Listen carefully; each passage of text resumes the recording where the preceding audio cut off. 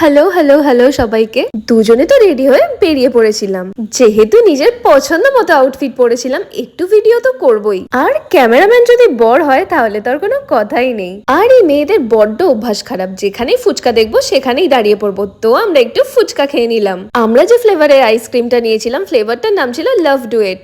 আইসক্রিমটা তো দেখেই প্রচুর টেম্পটিং লাগছিল, উপর থেকে আবার চকলেট সিরাপ দিয়ে দিয়েছিল। চলো তোমাদের টেস্ট করে বলি কেমন খেতে।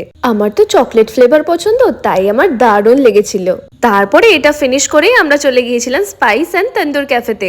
ক্যাফেটার ডেকোরেশনটা খুব ভালো লেগেছিল, তাই একটু ফটো তুলে নিলাম। তারপরে আমরা এক প্লেট হরিয়ালি কাবাব প্যাক করিয়ে নিলাম, আর সাথে নিয়েছিলাম হায়দ্রাবাদি বিরিয়ানি। আমি কিন্তু আগে কোনোদিনও হায়দ্রাবাদি বিরিয়ানি খাইনি, এই ফার্স্ট টাইম খাবো। তারপরে আমরা জাস্ট একটুখানি জগন্নাথ মন্দিরের ওদিকে গিয়েছিলাম লাইটিং গুলো দেখতে। তারপরে আর কি করব, সেরকম কোথাও তো ঘোরার জায়গা নেই, তাই আমরা হোটেলে ফিরে এলাম। এসেই পেয়ে গেছিল প্রচন্ড জোরে খিদে। বরকে বললাম তুমি তাড়াতাড়ি কাবাবের প্ল্যাটারটা সাজাও, আমি একটুখানি ভিডিও করেই খেতে শুরু করে দেবো। চলো এবারে হরিয়ালি কাবাবটা টেস্ট করে দেখা যাক। একটু বাইটটা না অন্যরকম ভাবে নেবো, তাই ফার্স্টে একটুখানি পেঁয়াজ নিয়ে নিলাম, আর সাথে একটু চাটনি নিলাম। নিয়ে এবার আমি বাইটটা নেব। এই হেভি খেতে লাগছে কিন্তু। তারপরে আমরা বিরিয়ানিটা ট্রাই করলাম। বিরিয়ানিটাও কিন্তু দারুণ খেতে ছিল। আর তোমরা যদি দীঘাতে যাও তো ওখানে ভিজিট করতে পারো। আজকের মতো বাই।